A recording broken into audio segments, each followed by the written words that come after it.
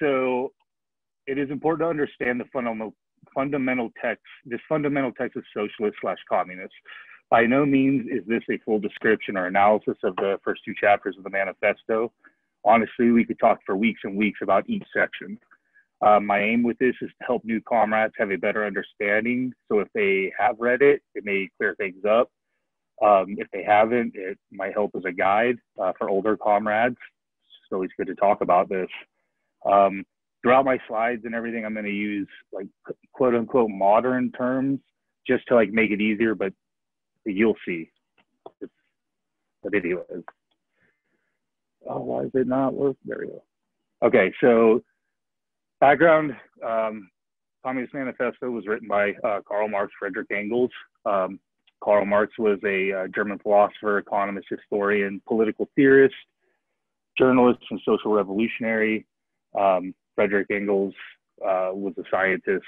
That was about the only difference.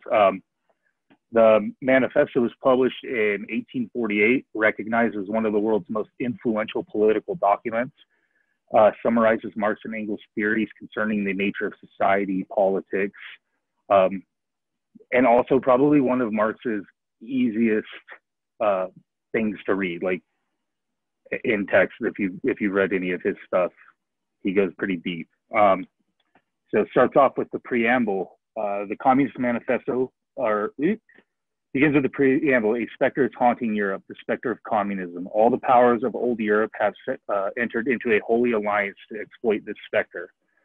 Pope and Tsar, Manchurian and Gazat, sorry, I'll butcher these, French radicals and German police spies.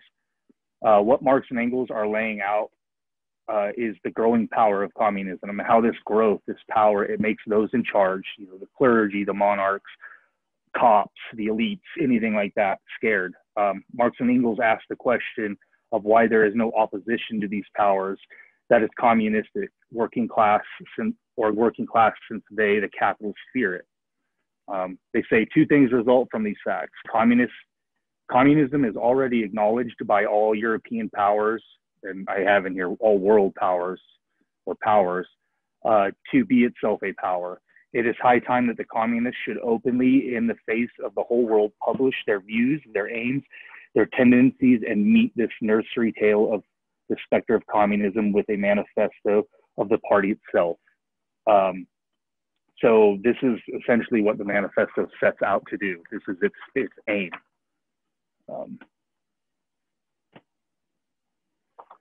So section 1 is the bourgeoisie and the proletariat. Section 1 starts off with the fire line of the and describing the historic nature. The history of all hitherto existing societies is the history of class struggle.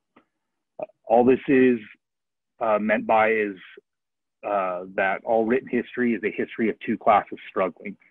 They give some examples in the manifesto of these historic struggles through time, the freeman and the slave, the lord, the serf, et cetera, et cetera. As Marx and Engels sum it up, oppressor and oppressed. These two classes, Marx and Engels say, are in direct opposition to each other, and that this conflict will either end in the reconstruction of society to a new model or the destruction of both classes. They further explain the historic order of the different societies and how complicated they were. Now, like I said, this was written in 1848, so we do have to kind of take into consideration like different languages. It's also translated too. So there's translation. So by complicated, I take it to mean multi-layered, not complicated as in it's hard to understand. They give a brief description. This is why I say it's like multi-layered when they use the word complicated. It's the idea of like the lord, the serf, or lord, knight, serf, things like that. That's really what they mean by complicated. When they say the bourgeois or the bourgeoisie, this just means the elite, the mega wealthy. You can think Jeff Bezos, you can think of your shitty ass landlord. It's anyone who appropriates money off of others' labor. Marx and Engels explain that with the rise of the capitalists from the feudal society, class antagonism did not disappear, but rather it created new ways of oppression. Um, what it did do, though, was simplify the class antagonism into two distinct camps: capitalist and worker.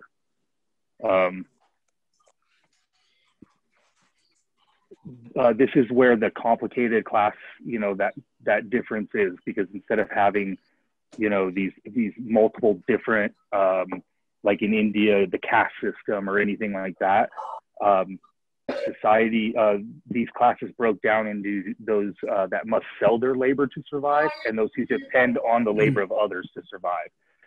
The capitalists did this by collectivizing labor. And how did this come about? So this is where the manifesto turns and starts laying out the kind of historical rise of the bourgeois, or the capitalists, if you will. Marx and Engels explain that the discovery of the Americas, the colonization of them, and the rounding of the Cape, opening up of the Eastern area, were pivotal moments in the rise of capital. This makes me kind of think that America is the heart. If you were to think of the whole thing as like a living entity, like a body, the Americas are the heart of capital. We can see historically the significance its colonization had in the development of capital, and now its significance in capitalism today. The actual class of capitalists came when old guilds could no longer keep up with the new market demands. Manufacturing took center stage.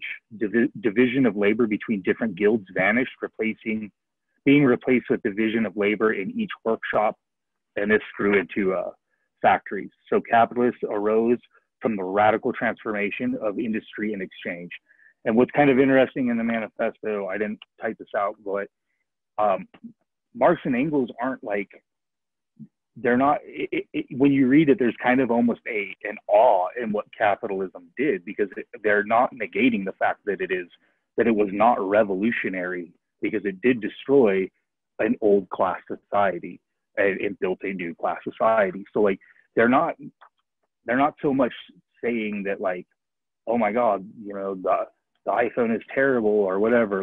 No, they're just saying that the process of what these things, how it is, looked at. If you look at this diagram, it's going to benefit the few on the backs of the many. Marx and Engels said the reconstruction of remember this is talking about 1848, and one thing capitalism does is consistently revolutionize itself. So when we think about this today, we see now that the manufacturing plant that once was an industry here is now offshored for many reasons we can discuss. Those shop jobs, those manufacturing jobs that used to be here have now been replaced with the service industry. Through the rise of capitalism, as Marx and Engels said, it has resolved personal worth into exchange value.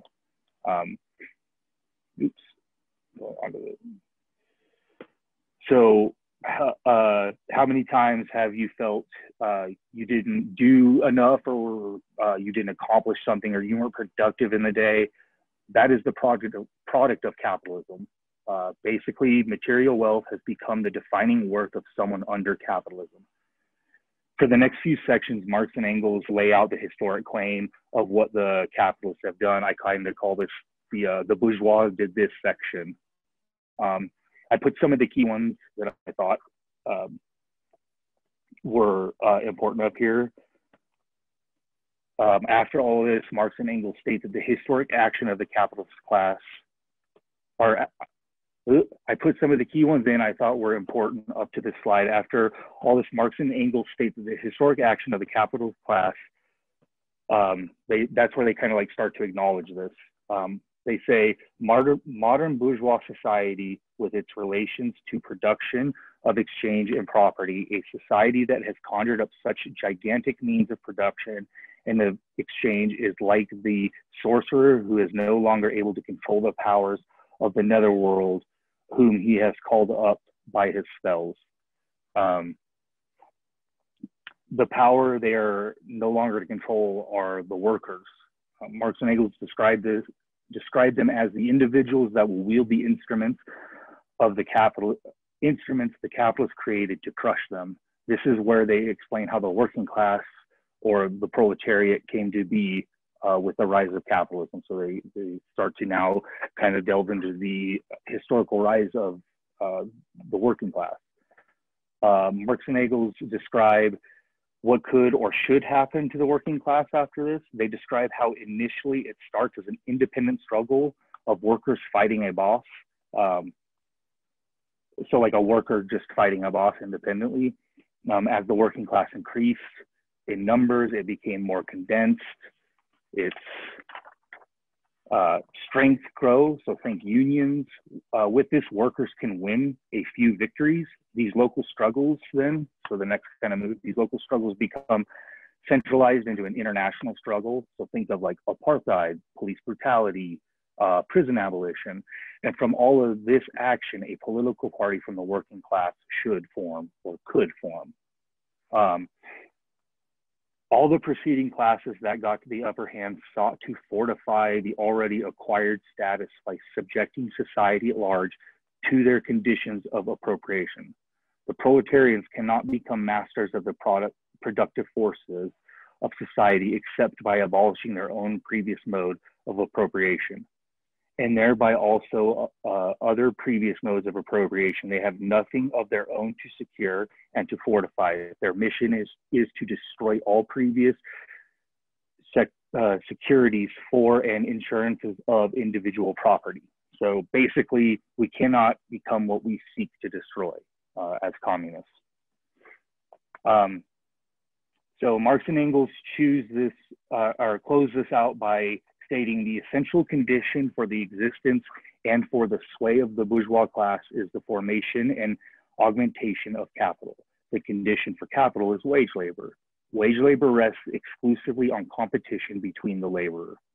The advance in industry, whose involuntary prompter is the bourgeois, replaces the isolation of the laborer due to the competition by the revolutionary combination due to association.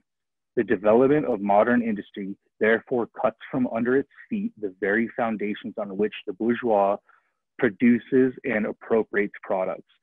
What the bourgeois therefore produces above all are its own grave diggers. Its fall and its victory of the proletariat are equally inevitable. So yeah, I've got a little description here, a little picture. So the next section is section 2, and that's where we start to dive into the working class, or the proletariat and the communists, working class and the communists, whatever you want to say. So section 2 starts off with talking about the relations between working class and the communists. In what relation do the communists stand to the proletariat as a whole? The communists do not form a separate party opposed to other working class parties. They have no interests separate and apart from those of the proletariat as a whole. They do not set up any sectarian principles of their own by which to shape and mold the proletariat movement. In summary, communist interests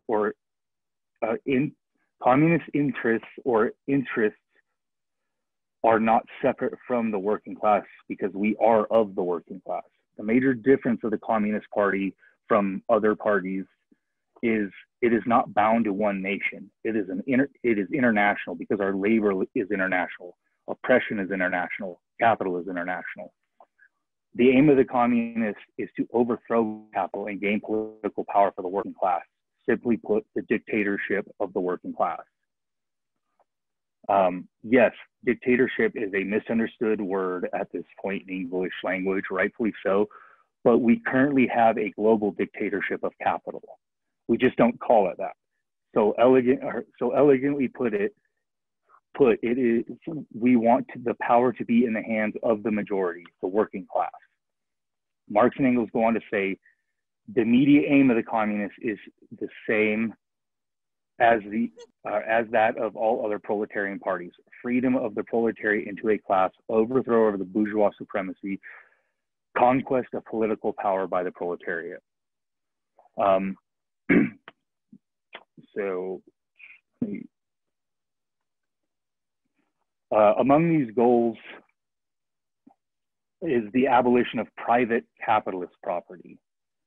This is not the abolition of property overall. This is often a criticism levied at communists, that we want to abolish property, and it's the idea of property that is used for capitalist purposes. The distinguishing features, Marx and Engels say, the distinguishing features of communism is not the abolition of property general, but the abolition of bourgeois property. But modern bourgeois private property is the final and most complete expression of the system of production and appropriating products. That is based on class antagonisms, on the exploitation of many by the few. Therefore, we say abolition to private property.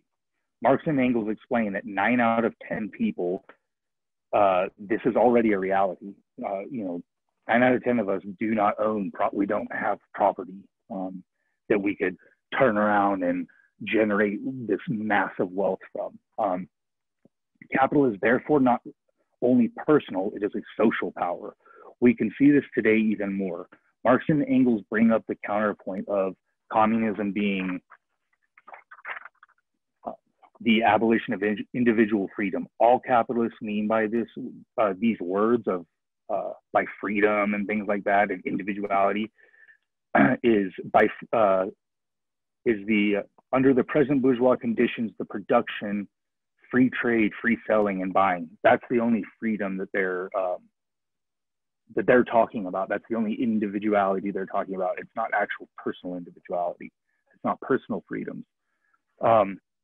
Next, Marx and Engels address the family and how the conception of the family we know today is a capital conception, because our existence and reproduction are, and reproducing like offsprings only feeds the capital beast. They say, do you charge us with wanting to stop the exploitation of children by their parents? To this crime, we plead guilty.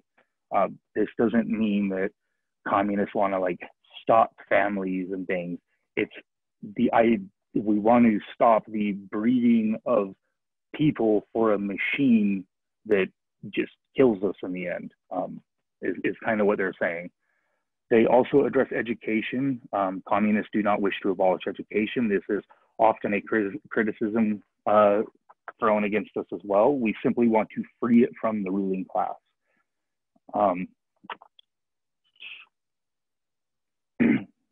People say that communists wish to abolish nations. This is true because, as Marx and Engels said, the working men have no country. We cannot take from them what they have not got. Therefore, the working class struggle is an international thing, because capital, once again, is international. When it comes to the statement about religion and morality being abolished, my interpretation is it doesn't refer to like the form of like spiritualism or these things, or morals as in like human like decency. Like I said, this is 1848. This is a big time during like Christian Reformation and all of these things. Also translated, it's referring to like organized religion and to religious morality. Since the manifesto covers history, historically, these things have been used as oppressive tools of all societies preceding. You can just look at how religion was wielded, organized religion, and these like moralities of religion were wielded as ways of oppressing people and subjugating them. And yeah. Concluding the section, Marx and Engels lay out some guidelines. So, sorry, I'm a little behind on slides, my bad, y'all. So, they don't claim to have like this roadmap or blueprint for communism. There's not like if you do this, you will have communism. They simply provide the historical material for us to understand how to fight and organize against our current situations. They first say it is a must that the first step in the revolution by the working class is to raise the proletariat to the position of ruling class to win the battle for democracy. Again, another language thing, democracy, what we think or what we've been told democracy is not what democracy is.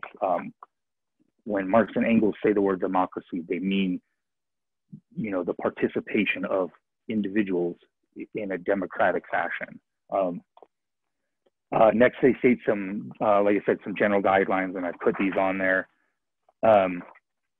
Abolition of property and land, the heavy progressive or graduated income tax, abolition of all rights and inheritance. This one, I put the what the fuck because, again, it's that language and thing again. Confiscation of property of all immigrants and rebels. So no, Marx and Engels were not talking about immigrants in the sense of what we would think. My understanding by immigrants is it is meant as like the capitalists, like they were saying, they have to open these new markets and move around and all of this. So they're calling capital because capitalists aren't natural is what they're trying to point out. This is like I said, this is an example of like outdated language as well as potential like translation differences. So I don't know, I wouldn't get too hung up on it, I guess. Centralization of credit in the hands of the state by means of national banks, the state capital, centralization of the means of communication, extension of factories, they go on and on. So if we try to apply these or work towards these general goals, Marx and Engels say, in place of the old bourgeois society with its classes and class antagonisms, we shall have an association in which the free development of each is the condition for the free development of all. So before I end this, there's, like I said, there's just a few things. If you haven't read the manifesto, just remember it was written in 1847, 1848. This is by far Marx's easiest read, but it's still challenging. There is, like I said, there's different languages or understandings of things. Depending on what text you get, there will be different like prefaces or prefaces for different countries during different years. You don't have to read these if you don't want to. If it's your first time, I don't know, it's not necessary, I guess. There's also some footnotes that they put in there. These just clear things up, not necessary to read if you don't want to. The type of work has changed, which Marx and Engels predicted. So therefore we must add to the history to have relevance in today's time. So we're basically, in our discussions that we have on this, we're adding to this document in a sense. The manifesto is Eurocentric, but looking at the time in history when it was written, Europe was the most developed nation. So we must think about the writing in our landscape and time. So that doesn't mean that it's bad or it's wrong. I mean, he's writing in 1848. That's where it kind of all started. So you can't help it. With all that being said, the Communist Manifesto is a foundational text to all communists. Its age does not make it irrelevant. The way the text is presented allows for us to add to what is being said to understand our current situations under capital. This is what makes it a foundational document. And here's that zinger. All right, that's it.